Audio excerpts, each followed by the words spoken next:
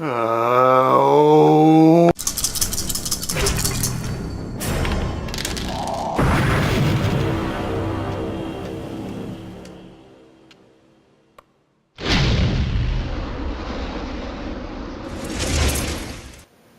Hello YouTube, Dave here again, and welcome to a gameplay video of Dungeons & Dragons Daggerdale. This was a downloadable title available for the Xbox 360, PlayStation 3, and I think the PC, and it's not very good. I don't know why I'm doing this. I spent, the previous night probably about 5 hours recording stuff, and it all just kind of ended up not working out the way that I wanted it to. So I figured, why not punish myself further? So this game, when it first came out, or when it was first being announced, there was a lot of high hopes for it actually, and I was really looking forward to it coming out and being released. And then it came out and was released, and I played it, and I just remember how painful it was. So it's not it's not the funnest game in the world. There's a lot of issues with it, for sure. One of the biggest things was just there was a lot of bugs that prevented me from being able to progress at one point. Without spoiling the final boss,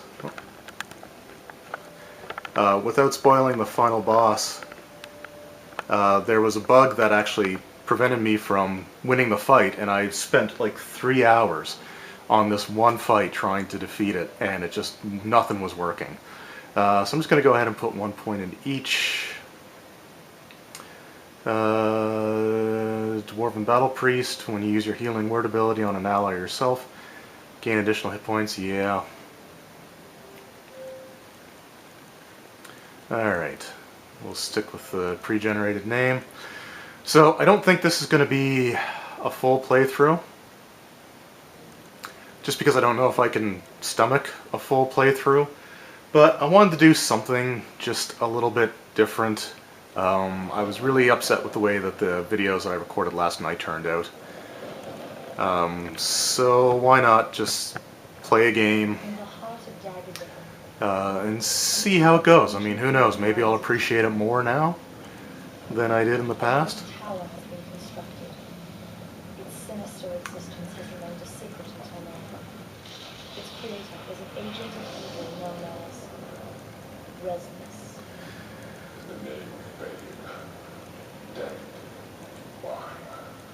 So, I mean, this game had some potential. I really enjoyed it when it, leading up to it, and I was really hoping for a console Dungeons & Dragons game that really felt like it captured the D&D essence, captured the rule set. And, let's not forget that this came out during the 4th edition days. So if any game was going to really, any version of a D&D game was going to try to capture the tabletop role-playing game, it was definitely this one, or should have been this one. So I'm just going to skip the rest of this. Well, I guess I can't, can I? There we go. Alright, so here we go. I'm just a little dwarf cleric running around. And tutorials, yep. Yes, yes. Alright, so there was some barrel smashing there. I know it's kind of a trope of a action RPG, but by God, there's a lot of this. But again, I know that I have horrible feelings about this game. I'm going to try to go into it as optimistic as possible, because you know what? Part of me really wants to try to enjoy this game. So, now there we go. Alright, press A for a melee attack, yep, combos. Alright, let's throw a weapon at, oh, that sucked. There we go. Alright. Now this is another issue, is, by God, the character models for the NPCs are awful. just awful. And you stumble into yet another situation where dwarves, even though dwarves are one of the more militaristic races in the role-playing game, for whatever reason, in these video games, they always seem to be incredibly incompetent. And here we go. And you're always having to save them, even though, really, if any race should be able to defend their own, it should be dwarves. I mean, I am playing a dwarf, so I guess that I guess I am doing my part to help out the dwarven cause, but it just, I don't know. At least it's not rats in a basement, I guess. That could have been worse. Alright, and there's one of the dwarves cowering there. And he looks, whoa. Looking in the background there, I don't think those two dwarves are supposed to be there. This is also a game without any voiceover except for some, with the exception of some, oh no, I guess the dwarves were supposed to be there. They just wait patiently to have flaming barrels thrown at them. Alright, well, guess I wasn't able to save them. Range attack. That range is pathetic. So, I guess, if any of you guys watching this have played this game, let me know what you think of it. Like I said, I don't want to spoil anything in case I do decide to subject myself to the entire thing. Oh, this is one of the sort of disorienting things, is that when you trigger a cutscene, you automatically get transported even though that's not where you were standing. So I find that to be a little bit of a pain because you're not, you're expecting to be in one place and you end up going to another. Would have been better if the cutscene triggered when you actually appeared in the proper area. But anyway, so again, without giving away the ending, there's a part where to get to the final boss, there's something physically blocking your way. And you can perform certain actions to cause it to not be in the way anymore. And I remember, let's just heal up. And I remember doing what I had to do to actually get the roadblock out of the way. And graphically, it was not in the position that it was. So by all rights, I should have been able to just simply walk past it. Wow, that's doing no damage. I should have been able to simply walk past it in order to get to the actual final boss and deliver the killing blow on him. But for whatever reason, yes, I came to rescue you. And so anyway, this barrier wasn't there. And but even though it wasn't there, and I triggered the events to remove it from there, the collision never disappeared. So I was still stuck behind an invisible wall now, and it actually did that for the better part of 3 hours. And I just remember not knowing what to do, and I was so frustrated that I didn't want to give up and restart, just because if it was going to be something that I was missing, like an obvious thing, then I didn't want to, again, have to go through possibly a couple more hours of a boss battle in order to accomplish anything. And it just never the collision just never disappeared. And eventually what ended up happening was, I think I died, which caused the boss battle to reset, and that's when it worked perfectly the next time. And when the barrier was no longer there, I was just able to walk up to the guy, and just walking up to him was enough to trigger the end of the fight. So for like 3 hours, I was getting very frustrated, very annoyed, and it wasn't because I was doing anything wrong, it's just that the game was glitched out. So just going back to something that just happened a few moments ago, another reason that I don't like the game is the quests that you go on. The rewards aren't appropriate for the class. And by that, what I mean is, so I saved the dwarves, and again, I'm a dwarf, they're dwarves, and I'm a cleric, and yet their reward to me was to give me a khopesh, which is a sword, which I can't use. So that's kind of annoying, because you can go through and do quests and not actually get anything useful from it. So another set of issues that I kind of have with the game is some of the items, like the items have levels. So for example, this Crypt Spawn potion is a level 3 item. And for all that I've done, underneath the red health bar, sort of like a bluish and green experience bar. And it feels really slow. The game actually only goes up to 10th level, which should kind of let you know just how for hours of gameplay to only get to 10th level, how slow leveling up can be. So it's going to be a while before I can use this potion that I picked up at the beginning of the game. So I'm going to sell it, because I obviously, I'm not going to use it for a while, and by the time I can use it, I'll probably end up having something better.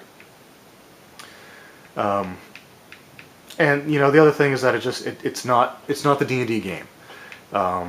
For example, it uses sort of like the Diablo style of having multiple pieces of armor stacked to give you higher defense, which is fine, I guess, for the purposes of most action RPGs.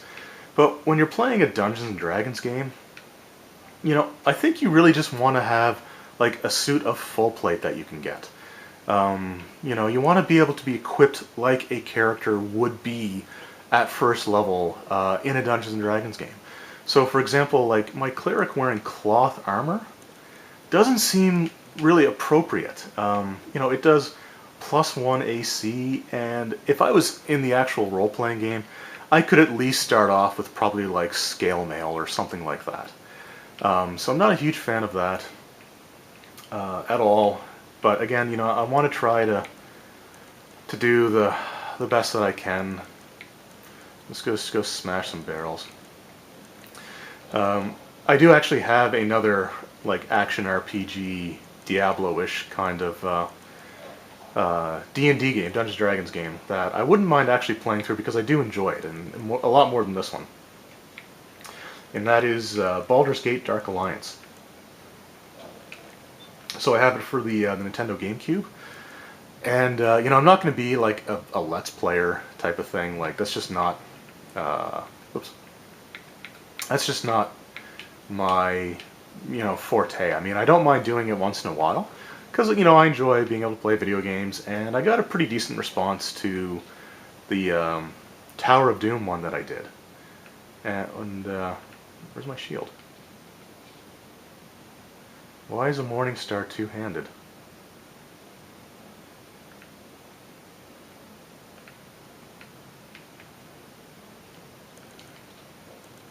Okay, that's not in the role-playing game, but anyway, sorry. So I have that one, and I want to try it out, and I decided that for the most part, what I want to do in any sort of like video game playthrough that I do end up having on this channel is try to do something that makes it a little bit unique. So, for example, with the Baldur's Gate Dark Alliance, what I want to do is like a challenge to myself where I only use found equipment.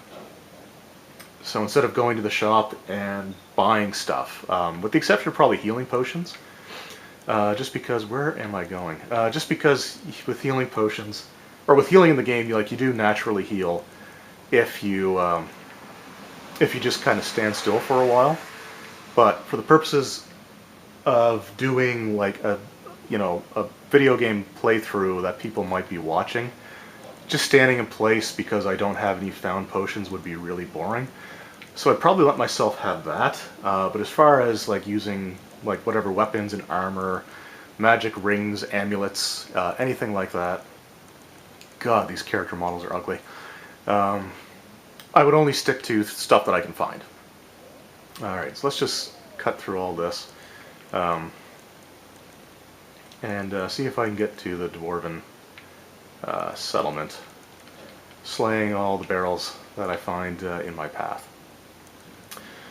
So I think that would be something kind of interesting. One of the things that I wanted to do, because I did it with a friend of mine a few years ago, is also do a Let's Play of the Legend of Zelda Ocarina of Time, where it's...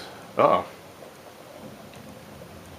Okay, well, I'm turning back now, I guess. To do a Let's Play of Legend of Zelda Ocarina of Time, where it's like what I call the 3-heart challenge.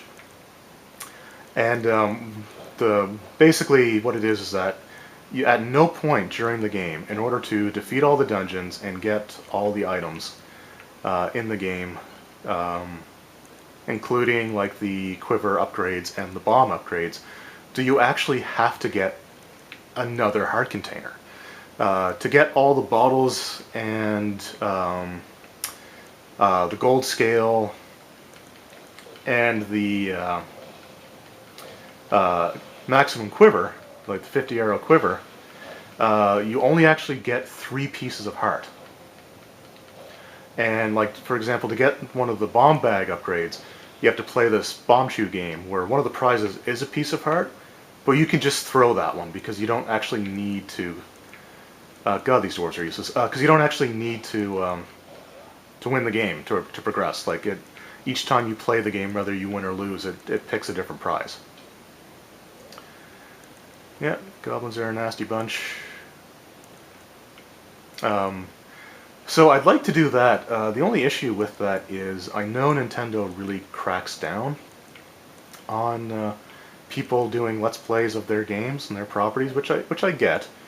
Wow, that face. But I'd still like to do it, just to have a video for it, because I think it's kind of cool and it makes the game challenging. Like I know a lot about Ocarina of Time, but even still, doing it with 3 hearts makes every boss fight scary. Now I would give myself like the silver health upgrade, which gives you like the little silver ring around your hearts, which means you can take double damage. But it's still 3 hearts. I mean, even with that, I think 1 hit from Ganon, the final boss of the game, is enough to kill you. Like just 1 hit. So anyway, I'll think about that one. Just because, again, I don't want it to be copyright flagged and all that. But anyway, I guess I really should be talking about this game, just because I'm playing it, and I should be, I guess, like I said, focusing on the thing that I'm actually doing, even though I'm trying to find other things that I would rather enjoy doing. And again, I still don't know why I'm doing this to myself. God, that's a lot of hit points. Alright. Like, just doing nothing. And these are level 1 goblins. Really, I should be able to kill them in 2 hits and not 5 or 6. But anyway, let's just heal up a bit.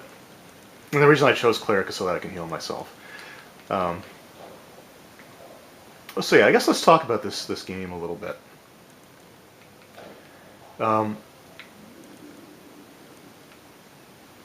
So it's not that this game doesn't necessarily have promise. There's a big old Earth Elemental.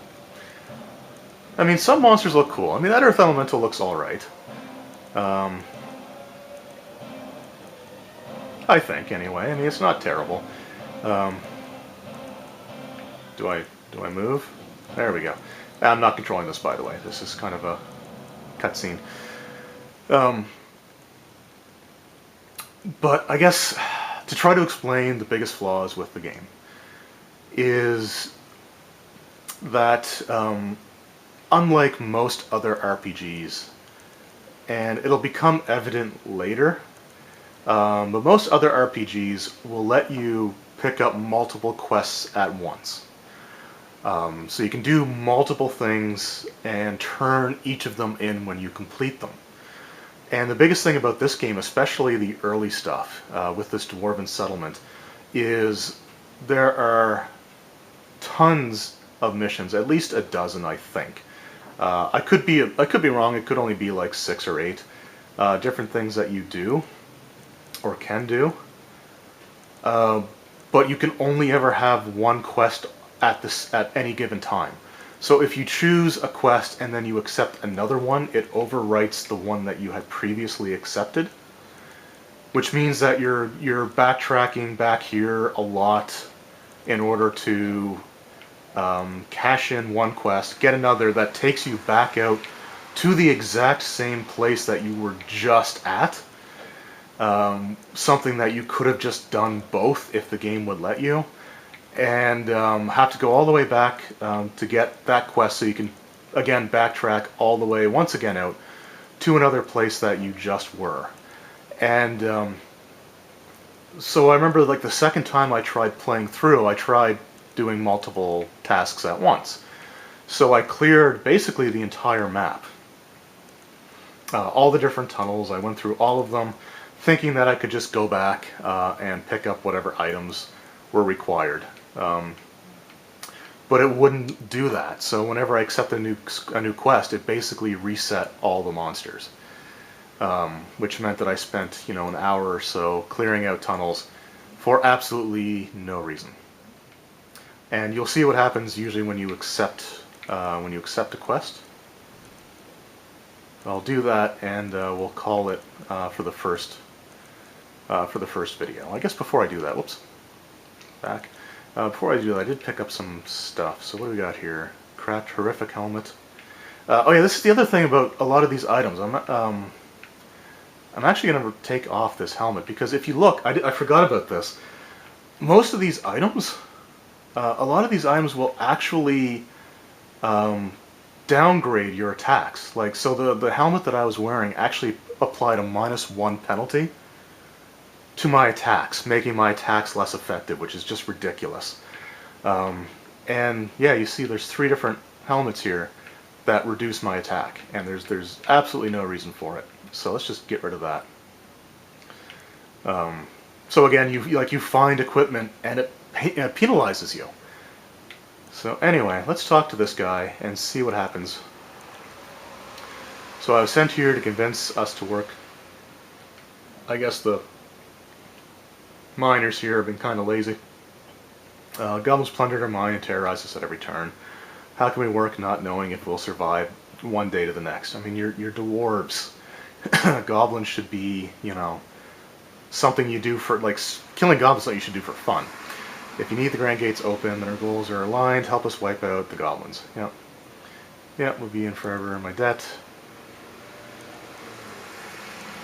Okay, didn't actually do it. Sometimes some of the quests will actually cause the screen to go black. But maybe because I haven't actually turned in a major quest yet. So, yeah, I'm going the right way.